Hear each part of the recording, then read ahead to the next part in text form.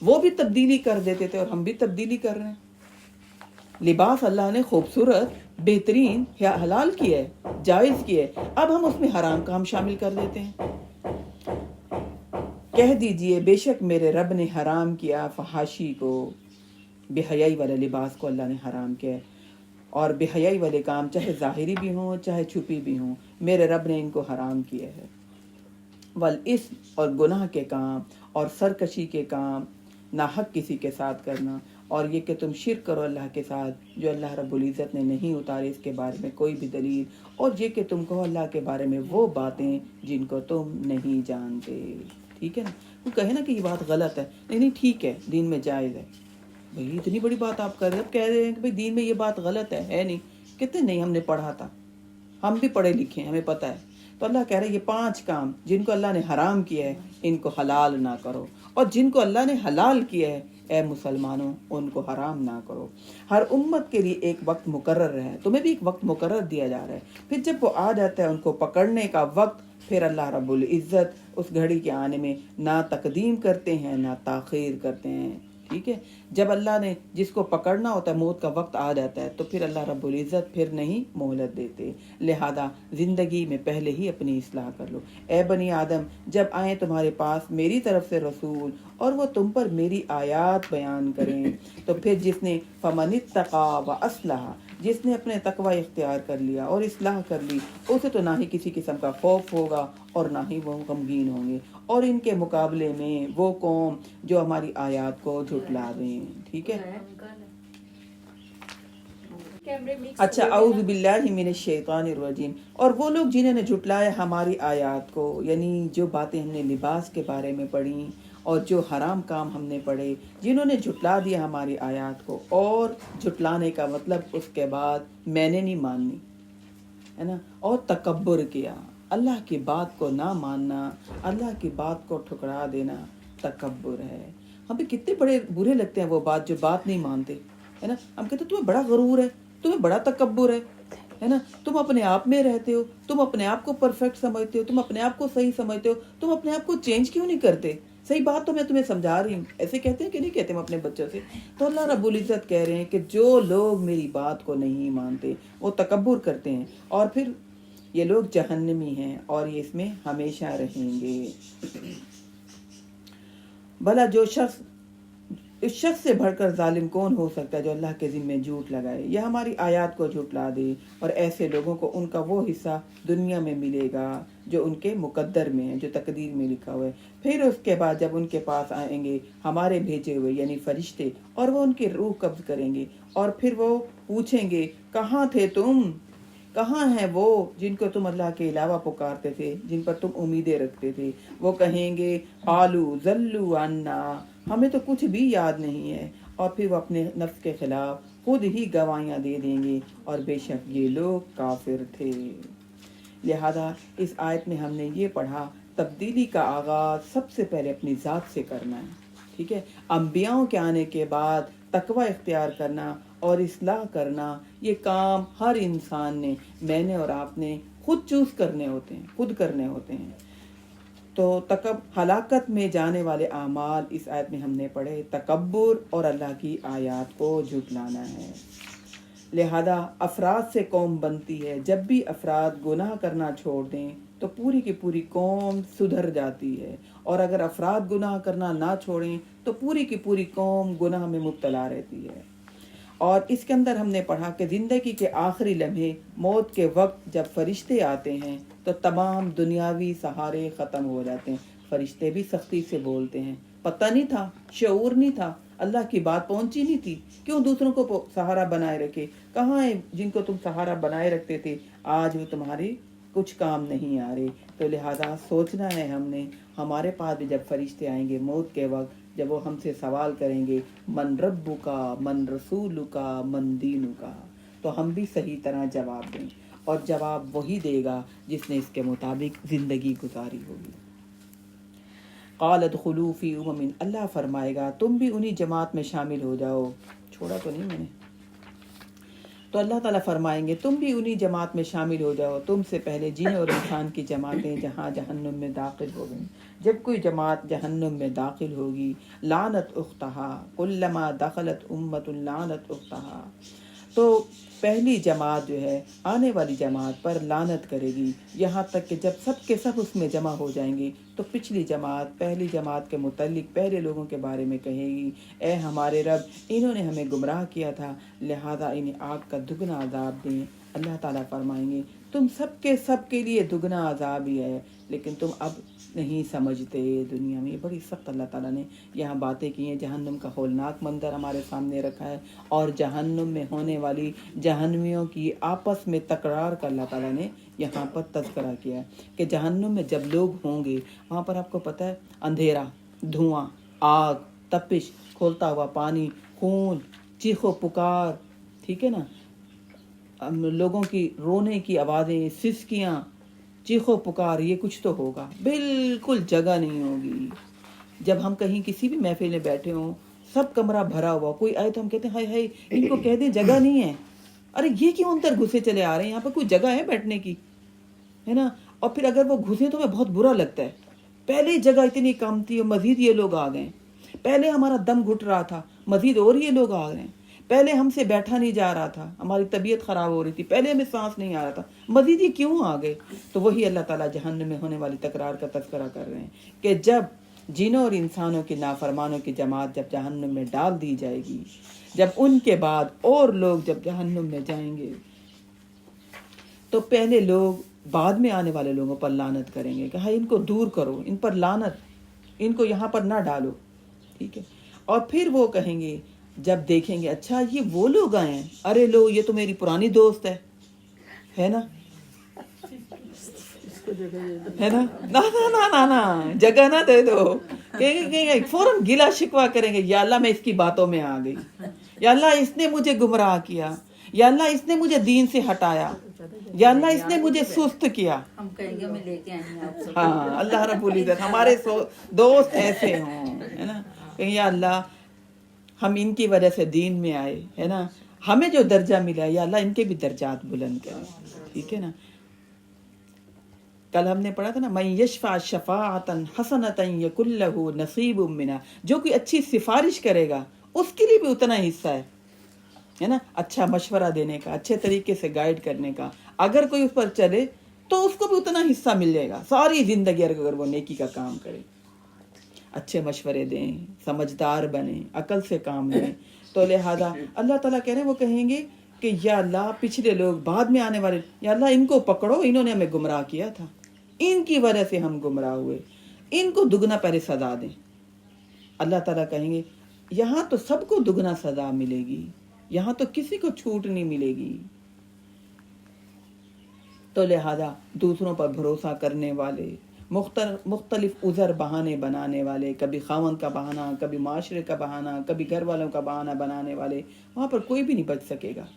ہر ایک نے خود انتخاب کرنا ہے، ہر ایک نے خود چوز کرنا ہے کہ میں نے کون سا راستہ اختیار کرنا ہے، اس کا فائدہ مجھے ہی ہونا ہے، کسی کو بھی نہیں ہونا۔ سمجھائیں، سمجھ آ جائے پارٹنر کو تو ٹھیک ہے، سمجھ آ جائے بچوں کو، سمجھ آ جائے بہن بھائیوں کو تو ٹھیک ہے، نہیں سمجھ آتی تو ان کے خاطر اپنی نیکیاں کرنے مت چھوڑیے، ان کے خاطر اپنے ایمان کو ضائع مت کیجیے، سمجھدار بنیں، اپنی نیکیوں کو سنبھالیں، اپنے ایمان کو محفوظ کریں۔ جن باتوں پر آپ لگ گئے، جن باتوں کی سمجھ آ جائے، کہیں اس کو تو کسی صورت ہم نہیں چھوڑیں گے، یہی تو ہم سمجھداری والے کام کر رہے ہیں، ساری زندگی پہلے تو بے وقوفانہ زندگی گزاری، یہی تو عقل والے کام کر رہے ہیں، ان کو کیوں چھوڑیں، یہی تو کام آئیں گے۔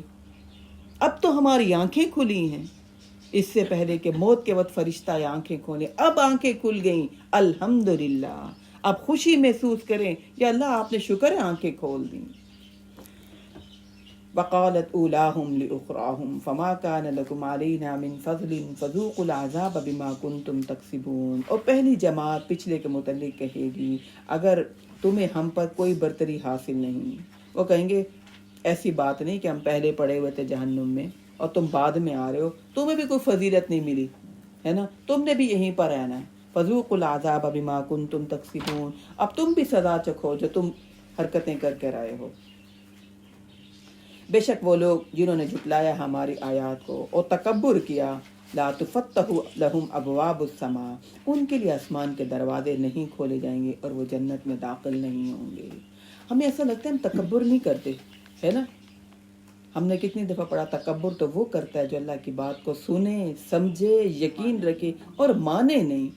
مانوں گی لیکن سن لوں گی، دل میں یقین آ گیا لیکن عمل نہیں کروں گی، تو یہ تکبر ہے۔ اللہ رب العزت کہہ رہے ہیں ایسا تکبر کرنے والا جنت میں نہیں جا سکتا۔ یہ اس طرح ناممکن ہوگا، اتنا ناممکن، نہ ان کے لیے آسمان کے دروازے کھولے جاتے ہیں، یعنی جب ان کی روح جب نکالی جاتی ہے جسم سے، فرشتے آسمان کی طرف لے کر جاتے ہیں تو آسمان کا دروازہ ان کے لیے نہیں کھولا جاتا، ان کی روح کو اوپر سے پھینک دیا جاتا ہے اور وہ سجین میں قید ہو کر رہ جاتی ہے۔ اور پھر دوسری بات اللہ تعالیٰ نے کہی ایسے لوگ جنت میں داخل نہیں ہوں گے۔ یہ اتنی ناممکن بات ہے کہ جیسے کہ اونٹ بہت بڑا جانور ایک ہے اور اس کے مقابلے میں بہت چھوٹی چیز اللہ تعالیٰ نے سوئی کا تذکرہ کیا کہ اتنا بڑا اونٹ سوئی کے ناکے کے اندر کیا داخل ہو سکتا ہے؟ اب تو سوئیاں بھی اتنی باریک ہوتی ہیں کہ ہم سے دھاگا نہیں ڈل رہا ہوتا۔ اللہ تعالیٰ کہہ رہے ہیں اتنی ناممکن بات ہے جو تکبر کرتے ہیں، سوئی کے ناکے میں اونٹ کیا داخل ہو سکتا ہے؟ اتنی ناممکن بات ہوگی، وہ اس خوش فہمی میں نہ رہیں کہ وہ جنت میں چلے جائیں گے، کیونکہ اس دور میں اونٹ سے اللہ رب العزت نے ان کو اونٹ سے سمجھایا کہ دیکھو دھوکے میں نہ رہو، اونٹ جا ہی نہیں سکتا، تو تم کیسے جنت میں چلے جاؤ گے اگر تکبر کرتے رہے۔ اسی طرح ہم سزا دیتے ہیں مجرموں کو، اور پھر اس کے علاوہ ان کا لہم من جہنم مہاد، ان کا بچھونا بھی جہنم کا ہوگا، یعنی نیچے جو گدا بچھا ہوگا، جو نیچے کا بستر ہوگا وہ بھی جہنم کے آگ کا، اور ان کے اوپر اوڑھنا جو انہوں نے اوپر اوڑھا ہوا ہوگا وہ بھی جہنم کی آگ کا۔ اور اسی طرح ہم ظالموں کو سزا دیتے ہیں۔ اللہم لا تجعلنا منہم، یا اللہ ہمیں ان لوگوں میں سے نہ کرنا، ہمیں ان لوگوں میں سے کرنا جو تکبر نہیں کرتے، جو تیرے فرما بردار بنتے ہیں۔ اور اس کے مقابلے میں وہ لوگ جو ایمان لائے اور انہوں نے اچھے عمل کیے، لا نکلف نفسا الا وسعها، اس آیت میں اللہ تعالیٰ تسلی دے رہے ہیں کہ ہم کسی کو بھی اس کی طاقت کے سے زیادہ بڑھ کر ہم اسے تکلیف نہیں دیتے۔ ہوتا ہے نا بعض دفعہ لوگ نیک بننا چاہتے ہیں لیکن ان پر جو ہے مختلف چیزوں کا پریشر ہوتا ہے، لوگوں کا پریشر، خاندان والوں کا پریشر، تو وہ پھر نیکی میں پیچھے ہٹ جاتے ہیں، نیک اعمال نہیں کرتے۔ تو اللہ تعالیٰ تسلی دے رہے ہیں، دیکھو اللہ تعالیٰ پرفیکٹ انسان نہیں چاہتے، اللہ تعالیٰ چاہتے ہیں کم از کم تم کوشش تو کرو، تمہاری طلب تو یہ ہونی چاہیے کہ میں نے فرما بردار بننا ہے۔ یہ ٹھیک ہے کہ تم مکمل فرشتوں کی طرح نیک نہیں بن سکتے لیکن تم کوشش تو کرو، یہ نہ سوچو کہ میں تو کر ہی نہیں سکتی۔ اللہ نے تمہاری وسعت سے بڑھ کر کوئی حکم دیا ہی نہیں، وہی حکم دیا ہے جن کاموں کو تم کر سکتے ہو۔ پھر کوشش میں لگ گئے، لوگوں کی پرواہ کیے بغیر اچھے اعمال کرنے لگ گئے، ایسے لوگ جنتی ہیں اور یہ ہمیشہ جنت میں رہیں گے، انہیں کوئی نہیں نکال سکے گا۔ اور پھر جنت میں جب جانے لگیں گے وَنَزَعْنَا مَا فِي صُدُورِهِمْ، تو اللہ تعالیٰ کہہ رہے ہیں ہم کھینچ لیں گے ان کے دلوں سے غل۔ غل کہتے ہیں کدورت، کینہ، جو انسان دوسروں سے چھپاتا ہے۔ نیک سے نیک انسان بھی ہو نا، دل میں آتی ہیں کہ نہیں آتی ہے بیماریاں، تبھی تو ہم قرآن پڑھتے ہیں کہ اللہ ہماری دلوں کی بیماریوں کو دور کر دیں، تبھی تو یہ ہمارے لیے قرآن مجید وَشِفَاءٌ لِمَا فِي الصُّدُورِ، تمام سینوں کی بیماریوں کا علاج ہے یہ قرآن مجید۔ تو اللہ رب العزت کہہ رہے ہیں جب جنتیوں کو جنت میں بھیجا جا رہا ہوگا، یہاں تو یہ چیزیں اٹیک کریں گی، کبھی ہم کسی سے جلنے لگ گئے، کبھی ہمارے دل میں نفاق آ گیا، کبھی کسی کے خلاف نفرت آ گئی، کبھی ہم نے کسی کو حقیر جان لیا، جیسے ہی آئے ہم فوراً پلٹاتے ہیں اپنے آپ کو کہ نہیں یہ تو غلط کام ہے، ایسا کام نہیں کرنا۔ قرآن کو پڑھنے سے پھر ہم اپنی اصلاح کر لیتے ہیں۔ تو جنتی جب جنت میں جا رہے ہوں گے تو اللہ تعالیٰ کہہ رہے ہیں جو کدورت، جو خلش، جو ایسی برائیاں جو انسان دوسروں سے چھپاتا تھا، تو لہذا وہ کباڑ خانہ جن کا جو ہم دل میں جگہ دے دیتے ہیں گندی باتوں کو، تو اللہ تعالیٰ کہہ رہے ہیں میں جنتیوں کا دل صاف کر دوں گا، ان کے دل سے یہ باتیں ساری نکل جائیں گی، ان کے دل کو صاف شفاف کر کے میں پھر ان کو جنت میں بھیجوں گا جس کے نیچے نہریں بہہ رہی ہوں گی، اور وہ وہاں جا کر رب کی تعریفیں ہی تعریفیں کریں گے۔ وہ کہیں گے تمام تعریفیں اللہ رب العزت کے لیے جس نے شکر ہے میں دنیا میں ہدایت دے دی۔ ہدایت کس کی طرف سے ملتی ہے؟ اللہ رب العزت کی طرف سے۔ شکر ہے اس نے مجھے ہدایت دی، یہ نہیں کہ کیسا دیکھا کتنے ہم نیک تھے، بڑی محنت کر کے آئے ہیں، تو شکر ہے اس نے ہمیں ہدایت دی۔